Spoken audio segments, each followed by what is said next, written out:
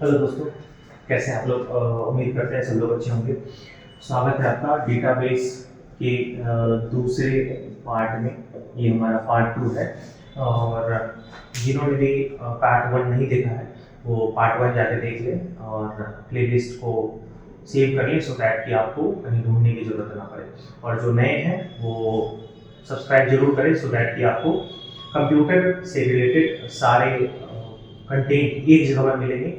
और यहाँ पे हम लोग बेसिकली 8 क्लास से लेकर के, ठीक है, 8 क्लास से लेकर के यूजीसी नेट तक के सिलेबस को कवर करेंगे। नेट तक के सिलेबस को कवर करेंगे और साथ में हम लोग स्टेट और बीपीएससी के भी सिलेबस कवर करेंगे, ठीक है। तो पूरा फुल फ्लेज कंप्यूटर आपको यहाँ पे मिलने वाला है। तो जो भी नए हैं वो सब्सक्राइब करें और अपना बेल आइकन ऑन कर लें, सो दैट कि आपको नोटिफिकेशन मिल पाए। तो हम लोग दूसरे पार्ट की तरफ बढ़ रहे थे। हमने पहले पार्ट में आपको बता दिया था कि डेटाबेस क्या होता है, कैसे यूज करते हैं, क्या क्या चीजें होती हैं, ठीक है।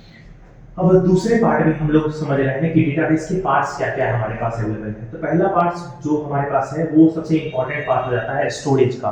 अगर हम स्टोरेज की बात करते हैं, अगर स्टोर नहीं कर पाएंगे डेटा को तो ऑब्वियस बात है हम फिर यूज कैसे करेंगे। यूज तो करने के लिए पहले हमको क्या करना पड़ेगा, स्टोर करना बहुत जरूरी हो जाता है, ठीक है। तो स्टोरेज हमारे पास क्या होने चाहिए जो हमें क्या करते हैं भविष्य में, यानी फ्यूचर में हमें कभी यूज करने का ऑप्शंस मिल जाता है। डेटा को पहले से जो स्टोर करके रखते हैं उसको यूज करने का ऑप्शन मिल जाता है, ठीक है। रिट्राइव करने का और मॉडिफिकेशन का ऑप्शन हमें क्या होता है, मिल जाता है। ये भी हमारे डेटाबेस के एक पार्ट है, ठीक है। उसके बाद हमारे पास आ जाता है जो कि टेबल होता है, रिलेशनशिप होता है, कांस्टेंट क्या होता है। ये क्या होता है ऐसे डिटेल में तो हम लोग समझेंगे, बट हम एक ओवरव्यू आपको जरूर दे देंगे। टेबल हमारा बेसिकली क्या होता है, रो और कॉलम का क्या होता है, कलेक्शन होता है, ठीक है। रो और कॉलम के कलेक्शन को हम लोग क्या बोलते हैं, टेबल बोलते हैं। और उसके अंदर हमारा रिलेशनशिप कहलाता है। जैसे मान के चलते हैं हमारे पास 2 टेबल है और दोनों टेबल में सेम कॉलम हमारे पास अवेलेबल है, तो हम दोनों टेबल को क्या कर सकते हैं, कनेक्ट कर सकते हैं। और दोनों टेबल को कनेक्ट करने के लिए हमें प्राइमरी की और फॉरेन की के कॉन्सेप्ट पर काम करना होगा। प्राइमरी की हमारा क्या हो जाता है, प्राइमरी की हमारा हर एक टेबल में क्या होता है, यूनिक होता है, ठीक है। लेकिन फॉरेन की जो होता है प्राइमरी की से हमारा अटैच होता है। अगर प्राइमरी की हमारा एक टेबल में नहीं है तो वह कॉलम हमारा दूसरे टेबल से कनेक्ट नहीं हो सकता, ठीक है। अब हमारे पास आ जाता है चौथा जो इंपॉर्टेंट है, क्वेरी। अब क्वेरी के थ्रू हम लोग क्या कर सकते हैं, क्वेरी के थ्रू हम डेटाबेस में रखे डेटा को क्या कर सकते हैं, रिट्रीव कर सकते हैं, ठीक है, फेच कर सकते हैं, अपडेट कर सकते हैं, डिलीट कर सकते हैं। तो डिफरेंट टाइप के ऑपरेशंस हम क्या कर सकते हैं, परफॉर्म करा सकते हैं, ठीक है। उसके बाद अगर हम क्वेरी से ही क्या चाहते हैं, हम चाहते हैं कि 2 4 5 टेबल हमारे पास अवेलेबल है और उन 2 4 5 में से कुछ डेटा जो मिक्स डेटा है हम उठा करके अपने पास रखें, तो हम क्या कर सकते हैं, क्वेरी के थ्रू कर सकते हैं। बट द सिचुएशन इज कि आपको हर एक कॉलम, अगर आप इस सारे टेबल से डेटा को फेच करके निकालना चाहते हो तो हर एक टेबल में आपके पास एक कॉमन कॉलम होना बहुत जरूरी है। अगर कॉमन कॉलम आपके पास नहीं होता है तो आप टेबल को साथ में अटैच करके डेटा को फेच नहीं करा सकते हो, ठीक है।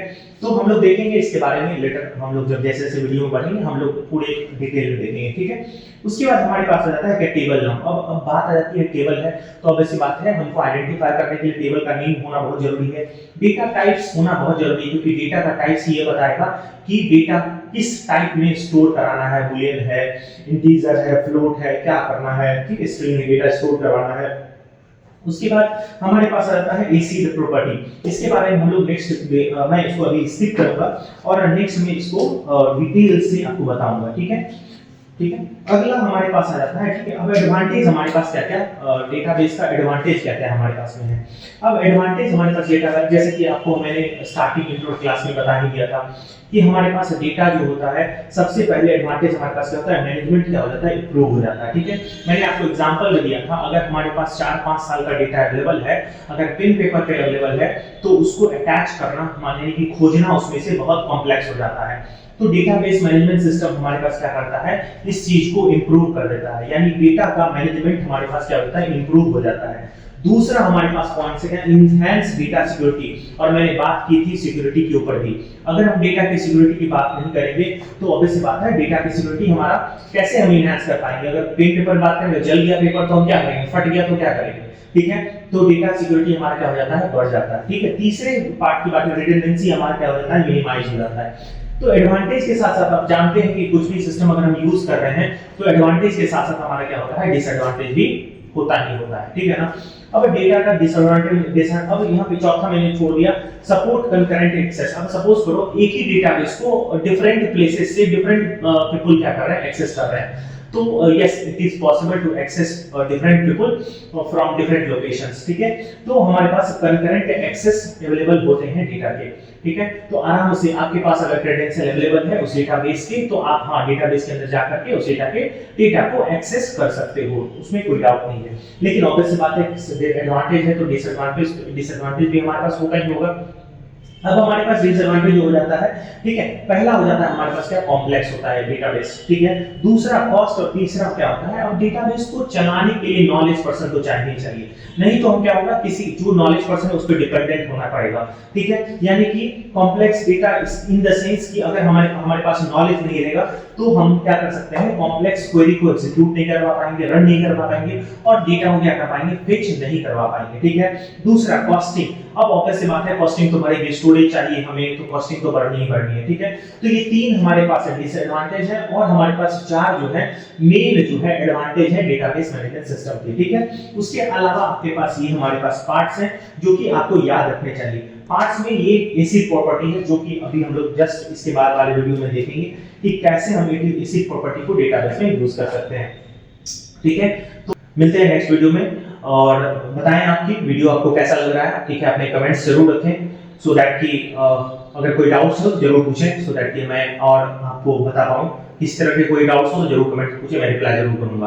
बाकी मेरा नंबर आपको स्क्रीन पे चलता हुआ दिखेगा, आप जरूर व्हाट्सएप कर सकते हैं सो दैट कि मैं आपको रीच करवा पाऊंगा, ठीक है। और उम्मीद करते हैं नोट्स आपको क्लियर होंगे, इसलिए मैं बोर्ड पे लिख देता हूं सो दैट कि आप नोट्स से लिखें। बाकी जो नए हैं सब्सक्राइब जरूर करके जाएं सो दैट कि आपको नए वीडियो मिलते हैं। जय हिंद, जय भारत।